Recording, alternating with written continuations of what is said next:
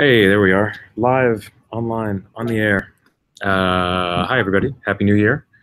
The first event of the year. We have three people in the room. Can't see Philip over there. That's fine. We expect to have someone else. A lot to talk about this month, which is really interesting. I don't even know where to start. We have Meltdown and Spectre, which was not just a Mac problem, or not just an Apple problem, but it is something that affected us. And I think it affected us in the way that Apple vulnerabilities usually affect us. Hi, other voice. Yes, I should also start out by apologizing. I forgot the camera and microphone that we usually use, so please, we'll all speak up. Get us questions on Slack. But the problem with Meltdown was Apple took time in sort of documenting what was fixed, what wasn't fixed, and then they put up a knowledge base article which later changed and got amended. So it does look like 10.13.2, right? It looks like finally 10.13.2 is, on the Mac side, the only version of the OS that is patched for Meltdown and Spectre. Right.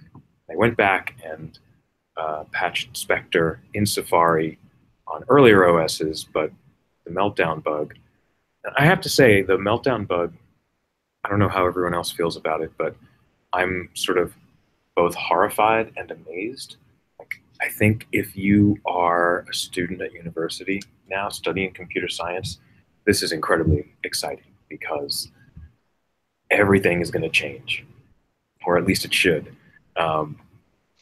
It's a really incredible sort of bug to follow. So yeah, I sort of love Meltdown. Like, hey, we executed these instructions, but we didn't really execute them. But they got executed. We're going to throw it away, but it got executed. Yeah. I mean, we didn't take care of all the side effects because it's complicated. Oh my gosh, it is very complicated, and for a long time, that's why people used to handwrite assembly. Got to a point where you couldn't outguess your compiler and what the CPU was actually going to do with all this.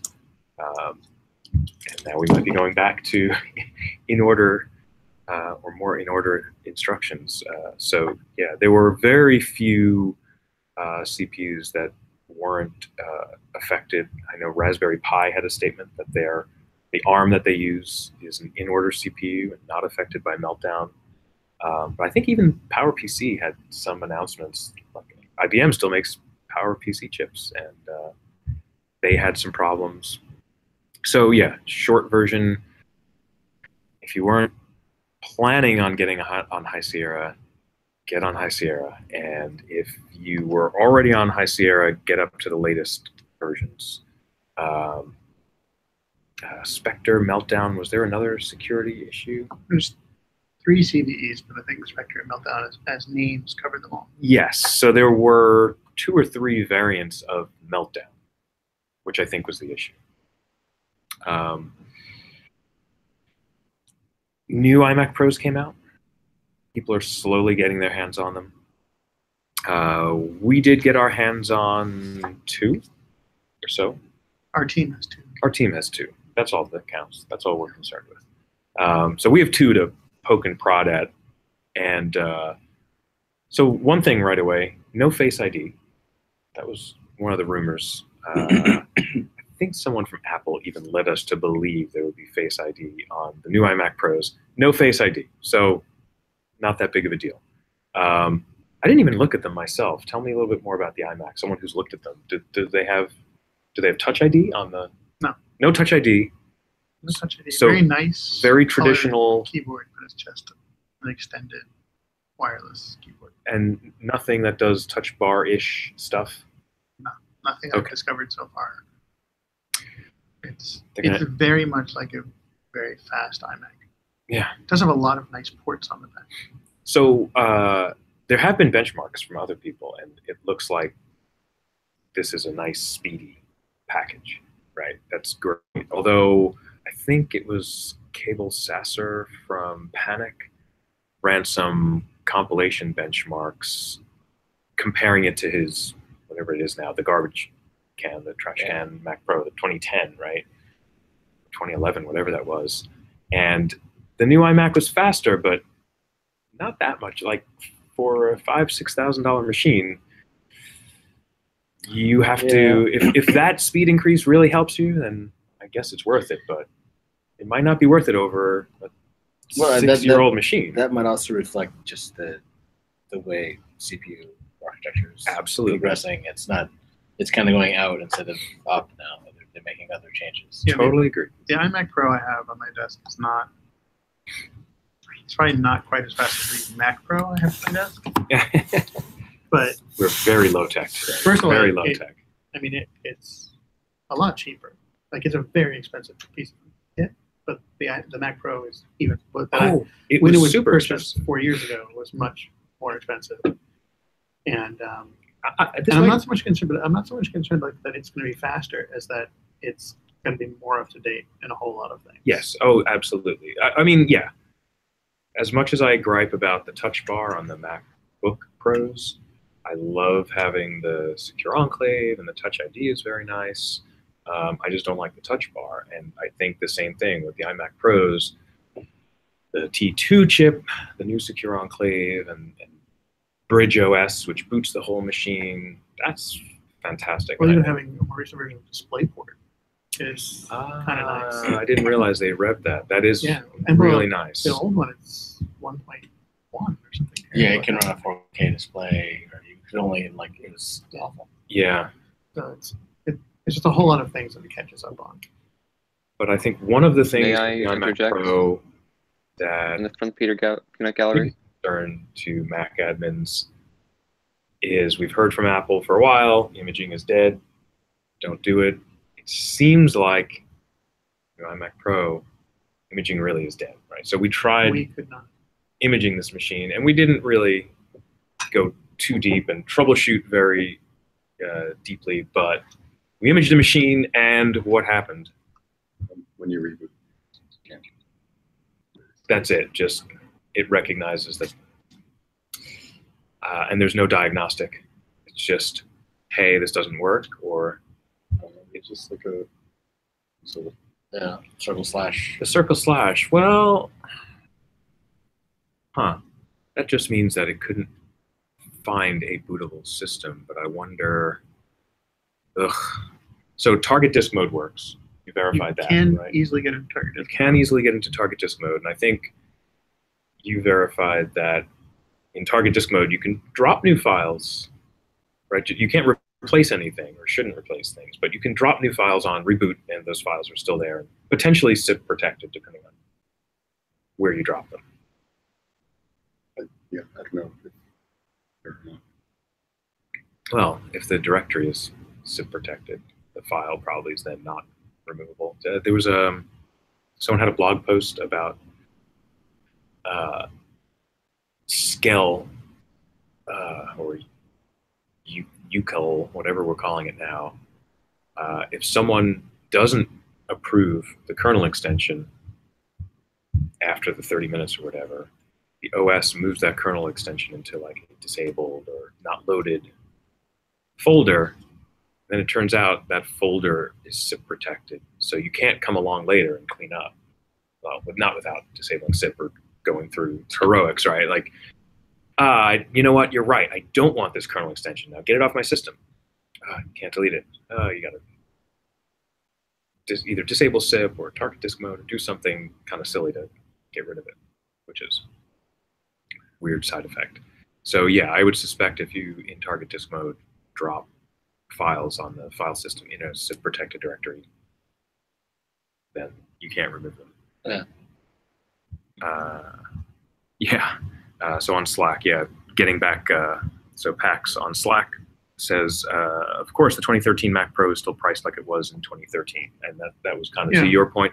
This might not be a popular opinion. I love the Mac Pro. I think it's a great machine. I just think everyone's disappointed that Apple didn't follow through with it. That would make it a viable machine if Apple then had another Rev, or we saw improvements to it. The only valid gripe, and it doesn't affect me, with the Mac Pro is that even the best video cards that you could put in it when you bought it are still kind of not the highest end of its era, and they're not replaceable. Yeah, I think on any sort of desktop-ish machine, you need to be able to upgrade at least some of the components. Yeah. Maybe swapping out the CPU is one thing, but at least the GPU should be able to be upgraded, because that's where most of the performance increases are happening in computers these days. That and Bitcoin mining rigs. Other than that. Yeah, and I think the other thing with the iMac Pro, speaking of user replaceable parts, so apparently the iMac Pro is touted as having some user replaceable RAM and some other components, but if you look at whose iFixit did a teardown first, now when you take off the back cover, have you seen any pictures of it? No. This is a beautiful machine. It's beautifully laid out. Yeah, the previous iMac is like chaos, and this is like symmetry and fans in the right places. It's really nice looking, but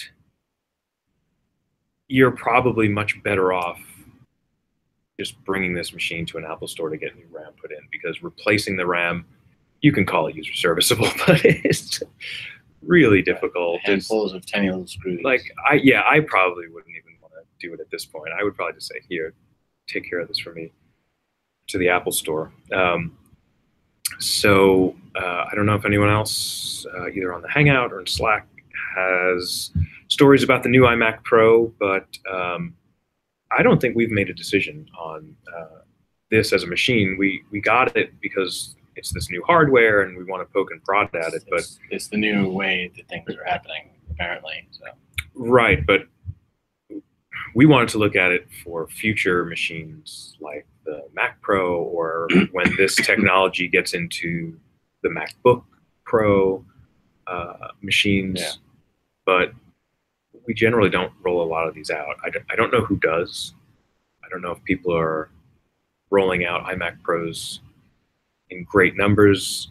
We've usually shied away from it because you're marrying this amazing display with all the CPU, and when the CPU is sort of not the new hotness anymore, and you want to get rid of it, what do you do with this beautiful display? Yeah, because your display's lifetime is usually much longer.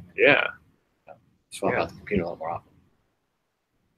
I had the same monitor for the first 7 or 8 years. I would see it as HP 30-inch, whatever it was, monitor. Yeah, it was great. So in Slack, Alistair knew what I was talking about, and there is this blog post called "The App You Can't Trash: How SIP is Broken in High Sierra." So I wouldn't say SIP is broken.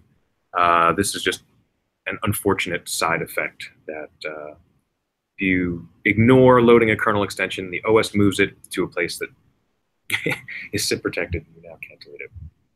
Now there's ostensibly software you don't want in a place you can't delete. Yeah, that feels kind of funny. I don't know if it gets neutered when it gets moved. So you might not be able to run it if it's in a place, which is the most important piece of it. Hopefully, kernel extensions aren't like taking up an enormous amount of space. I agree. It's not the right behavior. I don't know what's the right behavior. It expires and just gets deleted. Maybe. Yeah, I don't know. Because you need to rerun the installer anyway, most likely. So, So I was hoping Pepine was going to join us. I don't see him on the Hangout, but I know he said he got his hands. That's probably why he's not joining us, because he said on Twitter he got his hands on an iMac Pro, and I think he's probably busy poking and prodding. So what else was in the news, the Apple news, over the last month or two? I'm trying to remember. I thought there was something else, but maybe there's so much that's been coming at us in a short period of time. The Meltdown Inspector stuff was the most important. Oh, and Alistair, you're so good with the Googles. He also has a pointer if you go into Slack to the panic blog from Stephen Frank, a very unscientific benchmark comparing the Mac Pro. Oh yeah, so he's comparing a Mac Pro 2010. Oh, and a Mac Pro 2013 to the new iMac Pro. So cheese grater is still alive. I'm sorry, someone's speaking and I can't hear you. I need to turn up the volume because I didn't bring all my fancy equipment today. I'm sorry. One more time. It's the blowhard, Alistair. The cheese grater 2010 is still alive and kicking for him. It is for a lot of people, to be honest. It's a great machine, and I know it's a great enclosure, and I know a lot of people who who upgraded the video cards, and they upgraded it as far as they could, and they're still really good machines. Except for the firmware issue. And I think the other news of note that people followed along with was Tim Perfett's explorations. Yes. In the iMac Pro. So that's another one. Did that get that got put into a blog post? So we don't have to try to point people at Twitter, but Two Canoes, TWO News.com. You look at his blog, and yeah, he has a long blog post about getting his hands on an iMac Pro and setting up boot camp and doing some of the things that are important to him, which are kind of cool. So then one of the last things I just wanted to address, the person KI 1ER. I don't know if that person's with us on the Hangout or on the stream. They asked a question in the Slack channel earlier, and we need more information. They apparently need to run Yosemite for some piece of software. Sorry. And they need to purchase a bunch of new Macs to do that. So virtualization's probably the only way to do that. But without more information, we don't really have a good answer for you.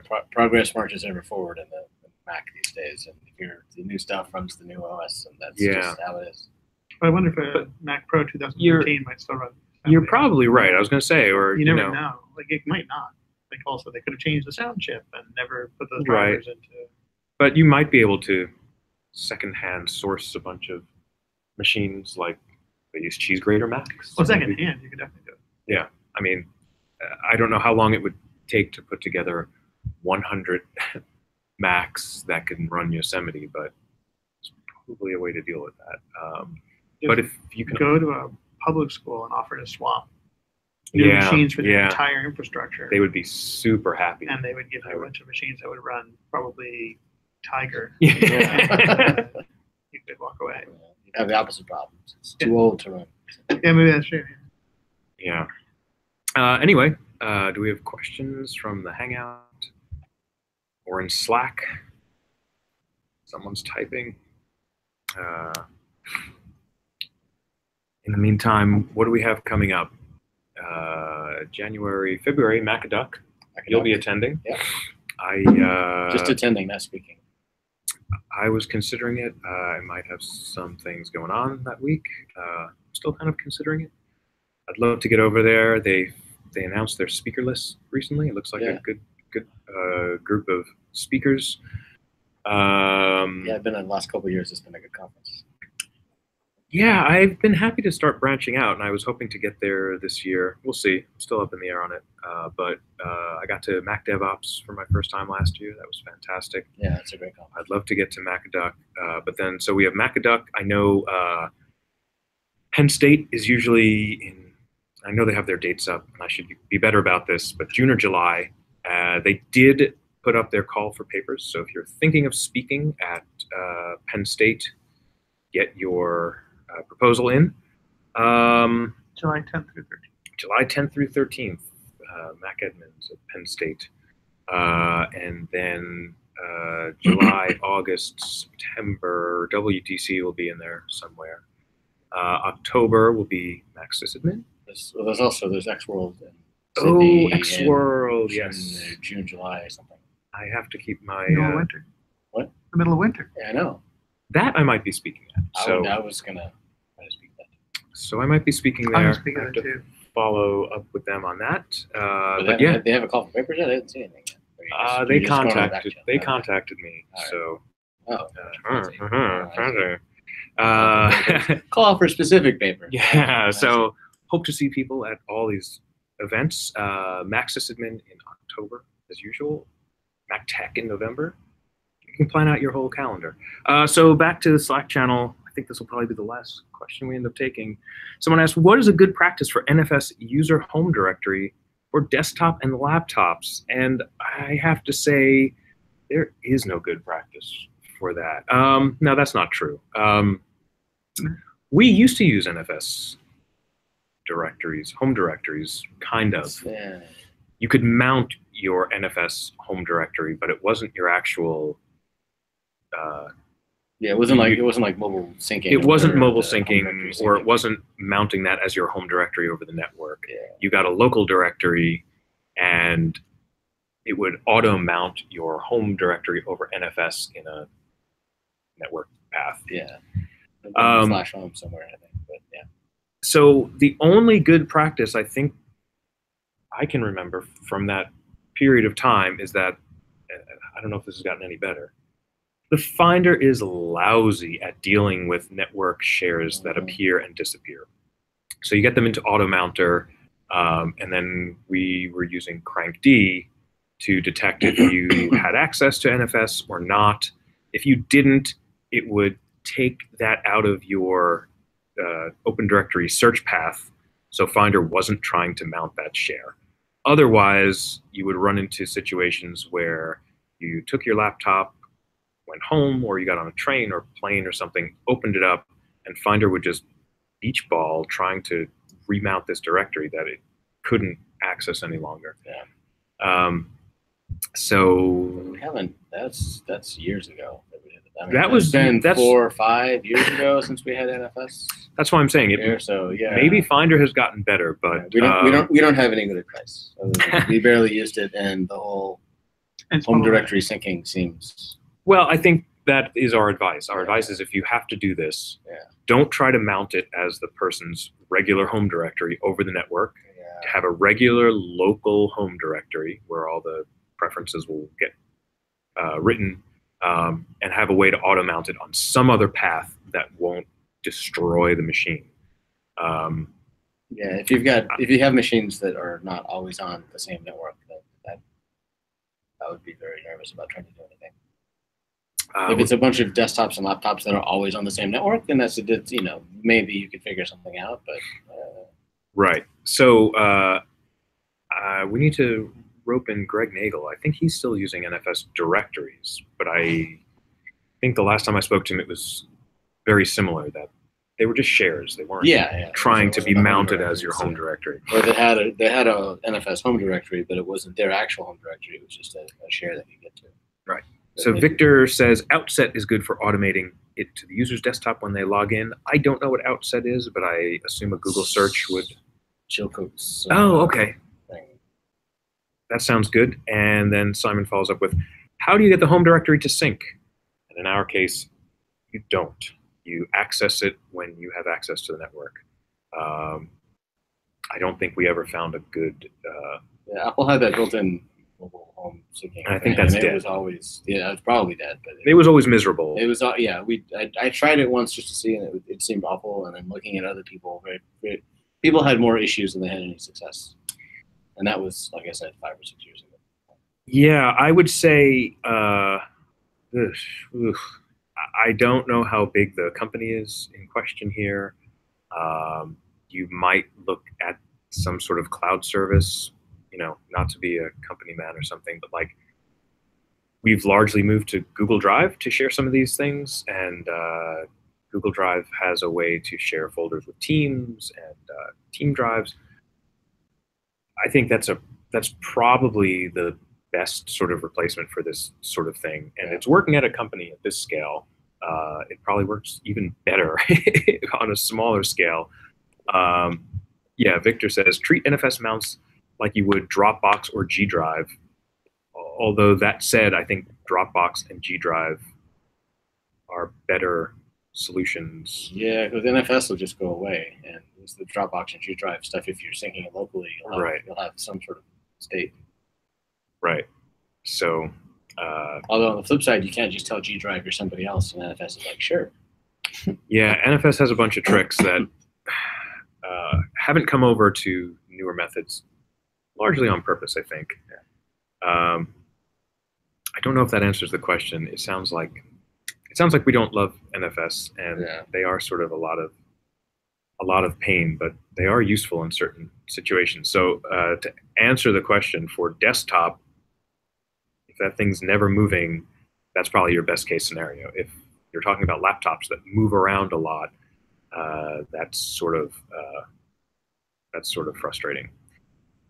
And question, speaking of which, from Alistair, anyone moved to Drive File Stream? That's more on the model. So yeah, Drive File Stream That's the new Google Drive is the new Google Drive thing that's more like Dropbox, where not everything is synced. It can sync on demand. So it'll show you everything, but only when you access something. So I'm sorry to say, I don't think any of us have actually tried it. Oh, I've tried it. Oh, have you tried it? Yeah. What do you think? Does it do what it says on the tin? I'm not crazy about it. Yeah, that's fair. It's problematic. I mean, it's a file stream, and it's a lot more moving parts than Drive.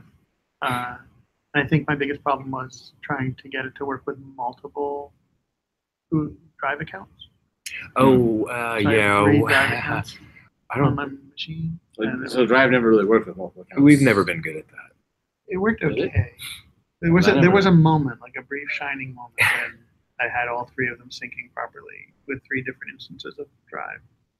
Oh, well, here we go. Pax says, in limited testing, I like it pretty well. On-demand syncing, great if your network is great. Yeah. So there's a positive review. Yeah. So I guess I'm trying to remember. Drive File Stream outright replaces Google Drive. If you can only be using one or the other on a given machine, I would guess. I believe so. I don't know why you would not want to. Okay. Simon, hopefully we answered your question a little bit.